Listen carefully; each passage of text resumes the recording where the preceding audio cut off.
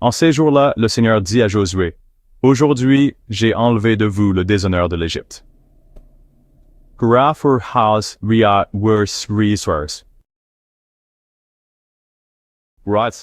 le fils d'Israël, campèrent à Gilgal et célébrèrent la Pâque le 14e jour du mois vers le soir dans la plaine de Jéricho. Le lendemain de la Pâque, en ce jour même, ils mangèrent les produits de cette terre, des pains sans levain et des épis grillés.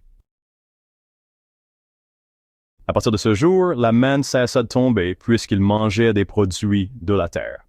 Il n'y avait plus de manne pour les fils d'Israël, qui mangèrent cette année-là ce qu'ils récoltèrent sur la terre de Canaan.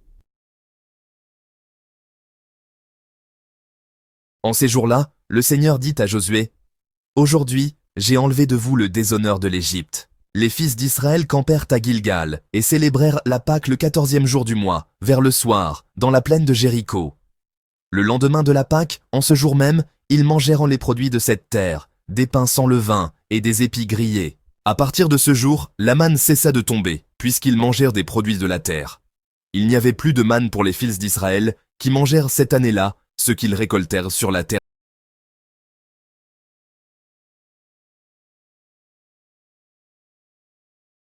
En ce temps-là, les publicains et les pécheurs venaient tous à Jésus pour l'écouter.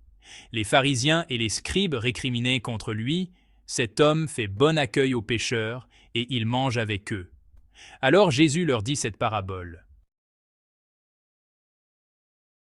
Un homme avait 2 fils. « Père, donne-moi la part de fortune qui me revient. » Et le père leur partagea ses biens.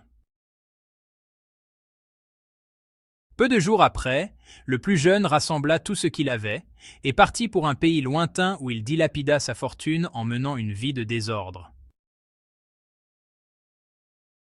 Il avait tout dépensé, quand une grande famine survint dans ce pays, et il commença à se trouver dans le besoin. Il alla s'engager auprès d'un habitant de ce pays, qui l'envoya dans ses champs garder les porcs. Il aurait bien voulu se remplir le ventre avec les gousses que mangirent les porcs, mais personne ne lui donnait rien. Combien d'ouvriers de mon père ont du pain en abondance, et moi, ici, je meurs de faim. Je me lèverai, j'irai vers mon père, et je lui dirai, « Père, j'ai péché contre le ciel et envers toi. Je ne suis plus digne d'être appelé ton fils. Traite-moi comme l'un de tes ouvriers. » Il se leva et s'en alla vers son père. Comme il était encore loin, son père l'aperçut et fut saisi de compassion. Il courut se jeter à son cou et le couvrit de baisers. « Père, j'ai péché contre le ciel et envers toi.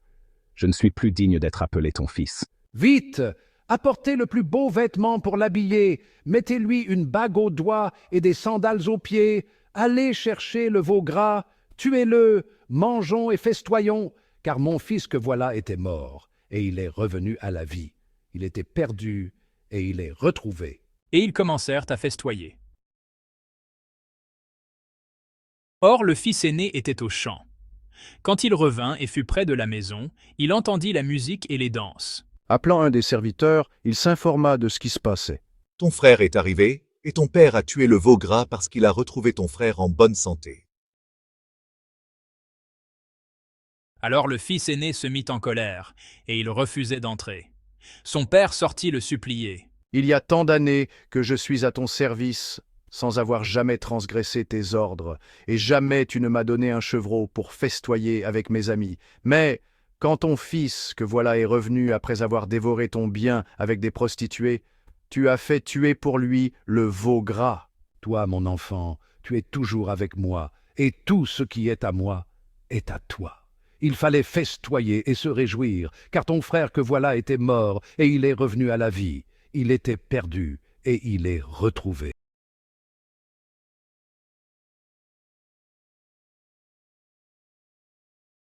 À présent, je te supplie, moi avec lui. Père, j'ai péché contre toi, contre le ciel. Je ne suis pas digne d'être appelé fils. Fais donc de moi le dernier des journaliers. Rends-moi digne du plus pur et saint baiser de ton Père si bon. Sous le toit de la salle des noces, veuille me recevoir de nouveau. Et la robe première, dont me dépouillèrent les brigands, veuille m'en revêtir encore, comme ornement de l'épouse parée. L'anneau royal, signe d'autorité, fait que je le porte en ma main droite, pour ne plus désormais obliquer à gauche. Et comme protection contre le serpent, donne des chaussures à mes pieds pour qu'il ne heurte pas la ténèbre, mais que sa tête soit écrasée. À l'immolation du veau gras, qui est le sacrifice sur la croix, et au sang sorti du côté par la lance, d'où jaillit pour nous le ruisseau de vie, fais-moi communier à nouveau, suivant la parabole de l'enfant prodigue, pour manger le pain vivifiant, pour boire ta coupe céleste.